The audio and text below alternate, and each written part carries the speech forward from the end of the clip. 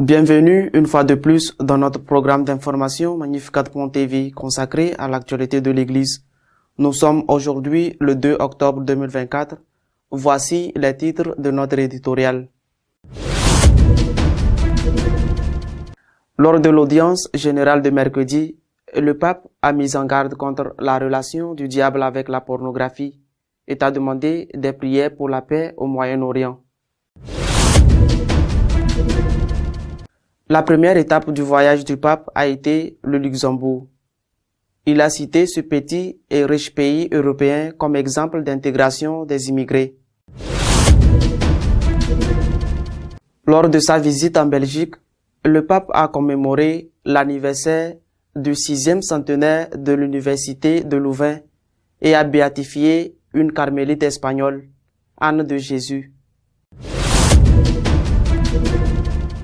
Le patriarche latin de Jérusalem a appelé à une nouvelle journée de jeûne et de prière pour la paix, coïncidant avec l'anniversaire de l'attaque du Hamas contre Israël. Un évêque américain a rejeté l'idée que l'avortement puisse être assimilé à l'expulsion d'immigrés clandestins, car dans ce dernier cas, il peut être justifié de le faire. Lors de l'audience générale du mercredi, le pape a consacré son message à parler du diable, de la pornographie et a demandé des prières pour la fin de la guerre au Moyen-Orient. Au cours de l'audience générale qui s'est tenue sur la place Saint-Pierre, le pape a axé sa catéchèse sur la lutte contre le mal, rappelant aux fidèles l'importance de l'Esprit Saint en tant qu'allié fondamental dans cette bataille spirituelle. À la fin de l'audience, il a déclaré que les bombardements israéliens sur le Liban étaient inacceptables. Le souverain pontife a mis l'accent sur la figure du diable, soulignant sa ruse pour tromper les gens, et il a insisté sur le fait que la technologie moderne peut ouvrir des voies dangereuses à son influence. Il a déploré la tendance de certains secteurs de la société à nier l'existence du diable, le considérant comme une simple métaphore ou un symbole, mais a averti que cela faisait partie de son plus grand piège.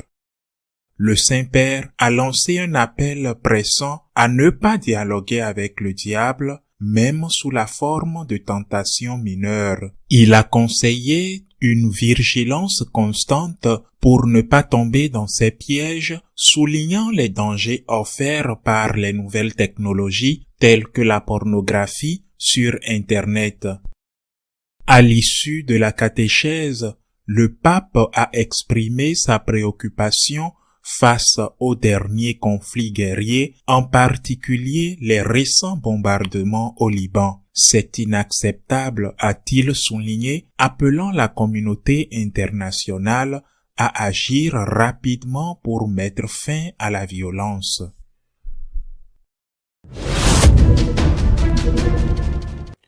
De jeudi à dimanche, le pape a visité 2 pays européens, le Luxembourg et la Belgique.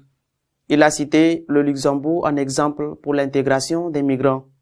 Jeudi, lors de la visite au Grand-Duché de Luxembourg, le pape, s'adressant aux autorités du pays, a souligné l'importance de la démocratie luxembourgeoise, mettant en avant sa solidité comme clé du rôle prépondérant du pays dans le contexte international, ainsi que son engagement en faveur de la paix, de la coopération et de l'intégration des migrants.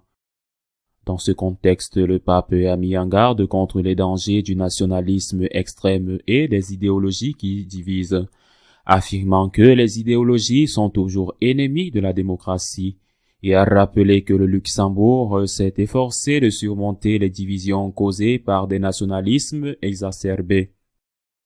À un autre moment de son discours, le pape a lancé un vibrant appel à la paix. N'oublions pas que la guerre est toujours une défaite, a-t-il déclaré, soulignant l'héritage pacifiste du Luxembourg et déplorant que dans certains pays européens, l'industrie de l'armement soit la plus rentable. Le pape François a également salué l'intégration des migrants au Luxembourg, où près de la moitié de la population est originaire d'autres pays. Il a salué le travail du pays en tant que modèle d'accueil et d'intégration des migrants et des réfugiés, soulignant que cette approche est un moyen de réduire les migrations forcées dans des conditions inhumaines.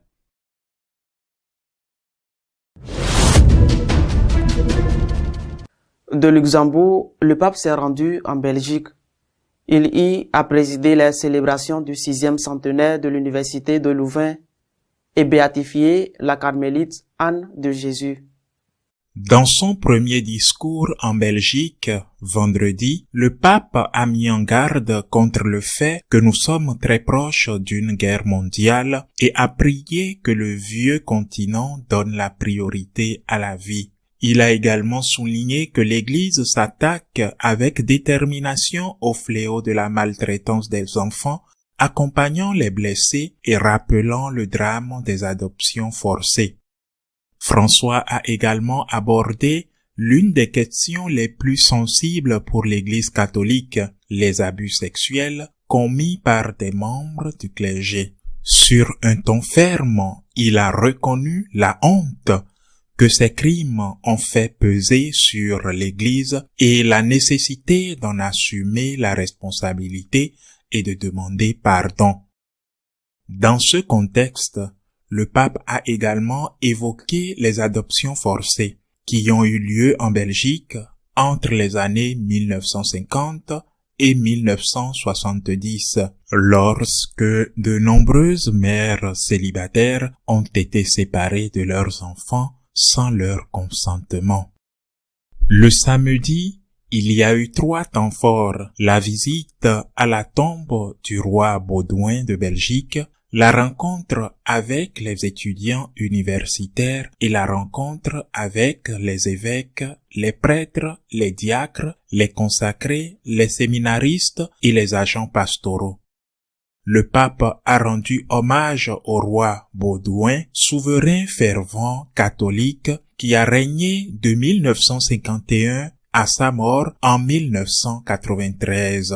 Connu pour avoir abdiqué pendant 36 heures en 1992 de ne pas signer la loi sur la légalisation de l'avortement.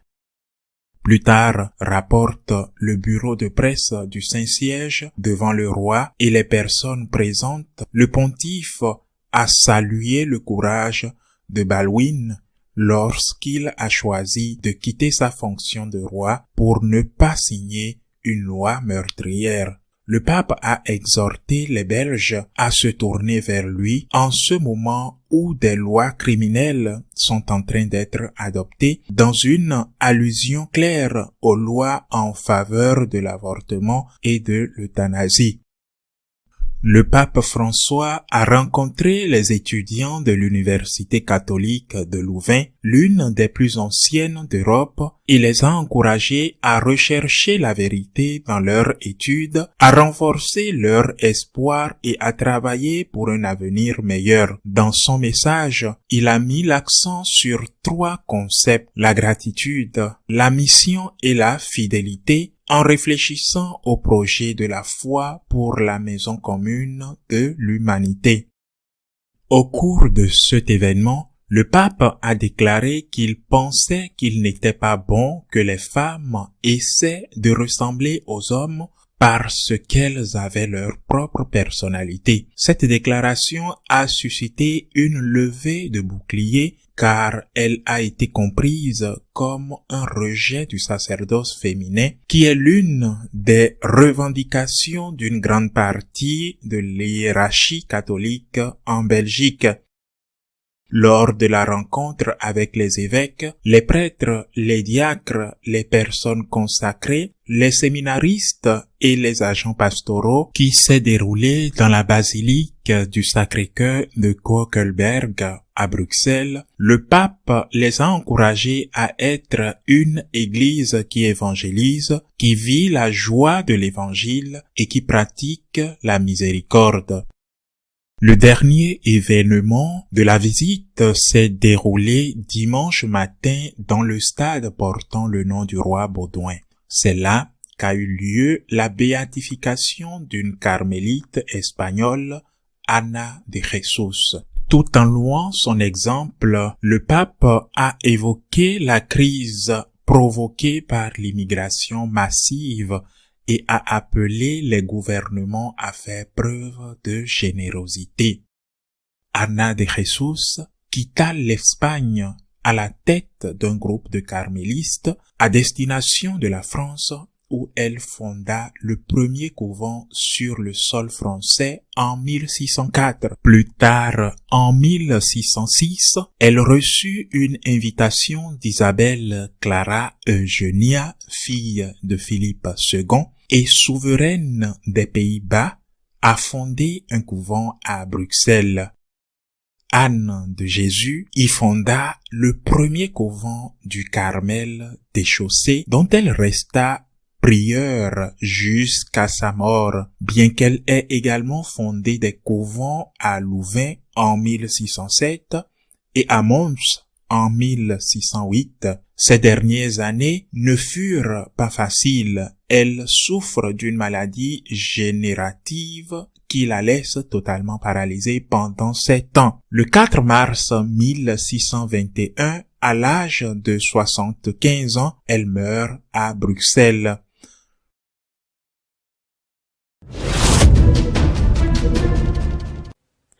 Le 7 octobre marque le premier anniversaire de l'invasion palestinienne d'Israël depuis Gaza. Le patriarche de Jérusalem a appelé à une journée de prière pour la paix.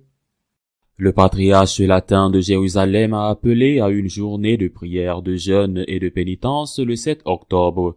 Un an après l'attaque dévastatrice de Hamas contre Israël, cet événement vise à rassembler les fidèles dans un acte de réflexion et de supplication pour la paix dans une région en proie à la violence.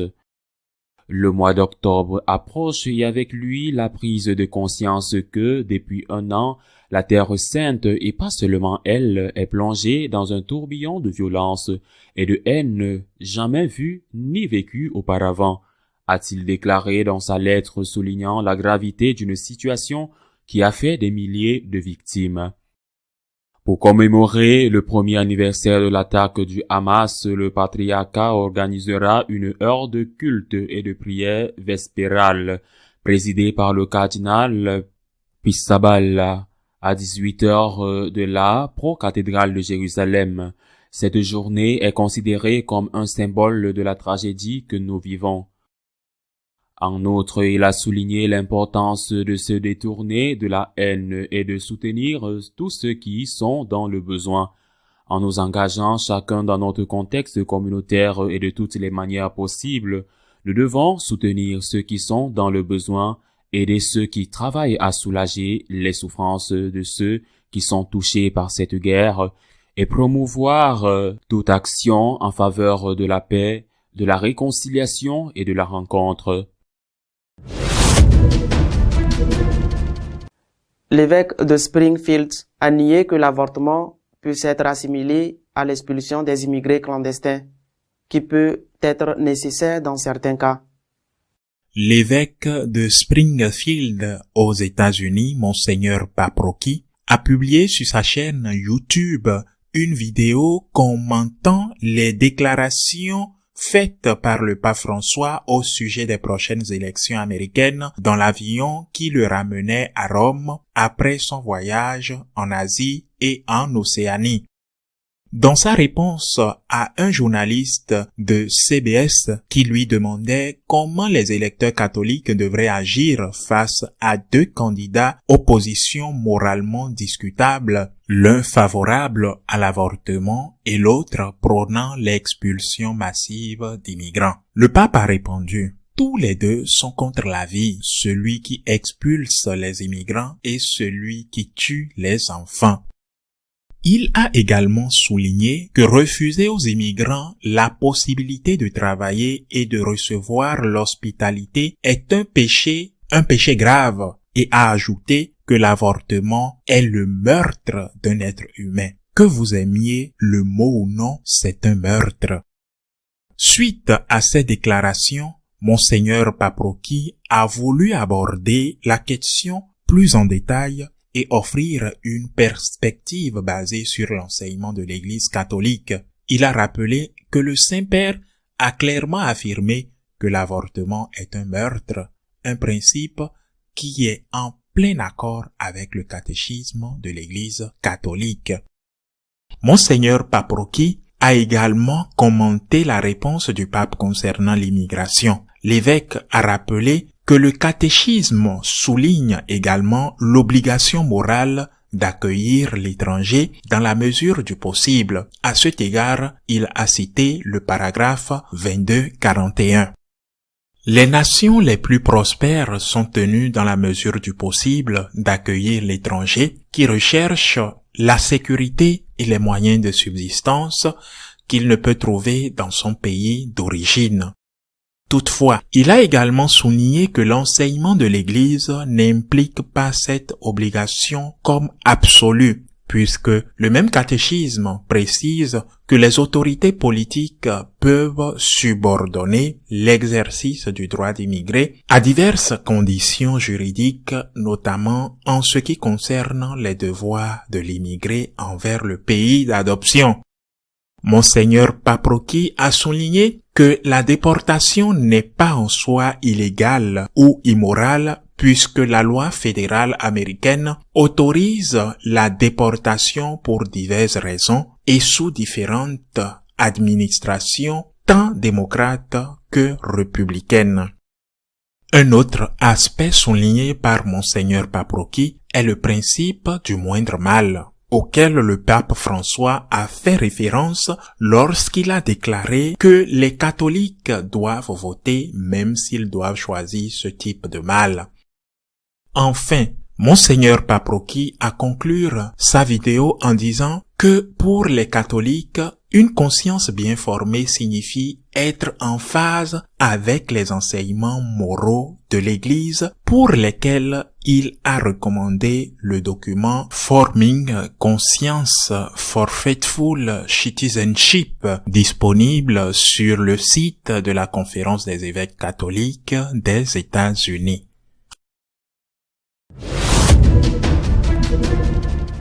Notre éditorial de cette semaine est consacré au message du pape sur le diable et à sa visite au Luxembourg et en Belgique. Lors de l'audience générale du mercredi dernier au Vatican, le pape a parlé du diable d'une manière particulière et intense, et ce n'est pas la première fois. Le pape est convaincu de l'existence du diable et ne cesse de nous mettre en garde contre le danger de s'approcher de lui et contre la nature sinistre et maléfique de ses actions. Il convient de rappeler que peu après son élection, il a béni avec le pape émérite Benoît XVI une statue de Saint Michel Archange dans les jardins du Vatican et a demandé à ce saint archange de protéger l'Église des ruses de l'ennemi. À cette occasion, lors de l'audience du mercredi, le pape a évoqué le danger de croire que le diable n'existe pas. Il a dit que c'est la plus grande victoire de cet ennemi, car en croyant qu'il n'existe pas, il peut agir plus facilement dans l'obscurité. Le diable existe, le diable fait son œuvre, et le pape a également fait référence dans cette œuvre du diable à la relation avec la pornographie. Ce n'est pas n'importe quoi. Ce n'est pas n'importe quel péché. Ce n'est pas n'importe quelle dépendance. La pornographie est aujourd'hui un problème très grave dans le monde entier. Une étude de Save the Children se référant à l'Espagne dit qu'elle est déjà vieille. De l'année 2020 indique que les adolescents commencent à utiliser la pornographie en moyenne d'âge de 12 ans et que 7 adolescents sur 10, 7 sur 10 en Espagne, c'est-à-dire jusqu'à l'âge de 18 ans, sont dépendants de la pornographie. La pornographie fait circuler une énorme quantité d'argent dans le monde. Il existe plus de 500 millions de sites web, de pages web consacrées à la pornographie, rien qu'aux États-Unis, et il s'agit également de données anciennes. Les sites web payants, ceux qui sont gratuits et ceux qui sont payants, brassent plus de 2500 millions de dollars par an. Il s'agit d'un problème très grave qui affecte les familles, les jeunes et les adultes, et qui a une grande influence sur le fait de ne pas créer de famille ou de les briser. Le pape a mis en garde contre la relation entre le diable et la pornographie, et je pense qu'il vaut la peine de souligner ces paroles, car il s'agit d'une source d'inquiétude. En outre, c'est un péché contre le 6e commandement. C'est une dépendance, elle génère les mêmes symptômes que n'importe quelle autre dépendance dans le cerveau. Elle génère des dopamines, ce qui la rend addictive. Mais c'est aussi un péché mortel contre le 6e et 9e commandement. C'est pourquoi le diable utilise la pornographie pour nous asservir, pour nous priver de notre liberté. Bien sûr, le diable n'agit pas seulement par la pornographie, même si c'est un péché et un problème très grave. Il agit par exemple par le biais de la guerre. Le pape a fait référence à la guerre. Il a fait référence à la guerre dans ce cas particulier. Le diable est également lié à la guerre au Moyen-Orient lors de l'audition et il est revenu lorsqu'il est arrivé au Luxembourg, lors de la visite qu'il effectue en ce moment, tant au Luxembourg, ce qu'il a déjà fait, c'est un très petit pays qu'en Belgique, où il se trouve en ce moment. Le diable est également lié à la guerre, car le but du diable est la destruction de l'être humain. Le pape a mis en garde contre le danger de la guerre. Il a dit à plusieurs reprises que nous sommes déjà dans la 3e guerre mondiale, même s'il s'agit d'une guerre mondiale en plusieurs étapes, en plusieurs parties avec différents scénarios.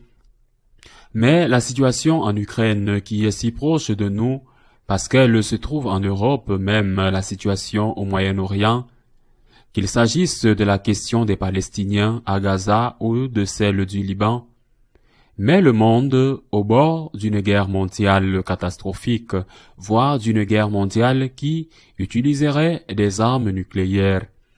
C'est pourquoi nous devons prier pour la guerre. Nous devons prier pour la paix. Encore et encore prier pour la paix ne signifie même pas prendre parti pour l'un ou pour l'autre. Cela signifie être conscient que la guerre est un mal. Et cela signifie aussi ce que tous les papes qui ont été impliqués dans un conflit ou au cours de leur pontificat ont dit, c'est-à-dire que la guerre n'est pas le moyen de résoudre les problèmes. Nous devons prier pour la paix. Nous devons prier pour que, dans les cas où la guerre saigne tant de populations, une paix juste, une paix qui convienne aux deux parties, un accord digne et juste puisse être atteint. Nous devons prier pour la paix. Si nous parlons de guerre, nous ne pouvons pas oublier d'autres situations qui sont terribles. Je vais parler des dictatures, en particulier celle du Venezuela et celle du Nicaragua, parce qu'il s'agit d'une autre forme de guerre, d'une autre forme de violence, outre le fait qu'elle implique dans les deux cas l'emprisonnement et la torture de personnes innocentes. Mais il s'agit aussi d'une fuite massive des populations de ces pays en quête de liberté et d'un meilleur avenir économique. Des millions de personnes ont été forcées d'émigrer du Venezuela et du Nicaragua. Par conséquent, lorsque nous parlons d'immigration, même si nous parlons d'un certain droit à l'immigration, nous devons parler du fait qu'il existe un droit à ne pas immigrer, un droit à rester dans son propre pays. Et lorsque nous parlons d'accueillir les immigrants, nous devons l'aborder dans une perspective de générosité et de bon sens. Mais nous devons nous attaquer aux causes de cette immigration parce que des millions de personnes doivent quitter leur pays d'origine. Si nous ne résolvons pas les causes, nous ne trouverons pas de solution équitable à ce problème qui, aujourd'hui, est certainement un problème grave au niveau mondial, bien qu'il affecte certains pays plus que d'autres. Enfin, autre chose à propos de la visite du pape au Luxembourg. Comme je l'ai dit, il s'y est déjà rendu, et les points forts ont été l'appel à la paix et l'appel à accueillir généreusement les immigrés. D'autre part, en Belgique, où il se trouve en ce moment, il s'est rendu à l'occasion du 6e centenaire de l'université de Louvain, l'une des universités européennes les plus classiques et les plus anciennes. Mais, dans ses premiers actes, ce qu'il a trouvé comme prévu, c'est la réalité d'une église plongée dans une crise très profonde.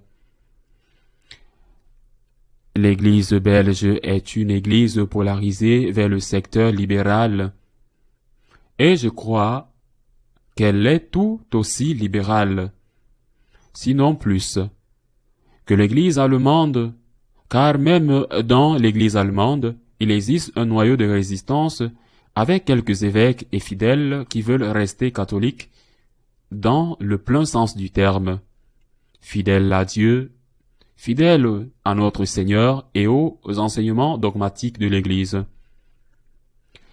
La situation en Belgique est de ce point de vue très grave, mais elle a aussi un passé récent qui a jeté l'opprobre et le discrédit sur l'Église.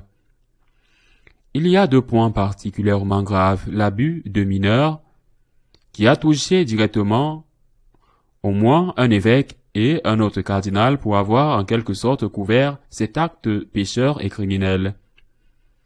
Mais il y a aussi la question des adoptions forcées. Il est vrai qu'il s'agit de situations anciennes datant d'une époque autre, mais de nombreuses femmes célibataires enceintes pour différentes raisons, parfois à la suite d'un viol et parfois dans le cadre de relations consensuelles, se sont retrouvées dans des institutions ecclésiastiques et nombre d'entre elles ne se sont même pas vues demander l'autorisation de donner leurs enfants en adoption, et ceux-ci ont été donnés en adoption. Et l'on dit que cela concerne presque ou plus de 30 000 enfants. Des chiffres dont il faudra bien sûr voir s'ils sont authentiques, mais il s'agit d'un véritable problème. Le pape a humblement demandé pardon pour ces 2 choses, mais il a été rappelé par exemple par le Premier ministre dans son discours de bienvenue qu'il ne suffit pas de demander pardon, mais qu'il faut fournir les moyens pour que certaines choses ne se produisent plus, et que les victimes puissent recevoir les compensations morales et financières auxquelles elles ont droit. Prions pour la paix. C'est un moment délicat. Nous, Européens, je le répète, en sommes très proches. L'Ukraine est en Europe et le Moyen-Orient est de l'autre côté de la Méditerranée. Mais le monde entier est concerné. Prions pour la paix, pour qu'une paix juste soit trouvée et pour que le monde ne sombre pas dans l'abîme démoniaque et terrible de la guerre. À la semaine prochaine, si Dieu le veut. Si vous souhaitez être au courant de ce qui se passe dans l'Église, vous pouvez le faire à travers notre page d'information Magnificat.tv. Nous continuerons à vous tenir informés de ce qui se passe en elle. À la semaine prochaine, si Dieu le veut.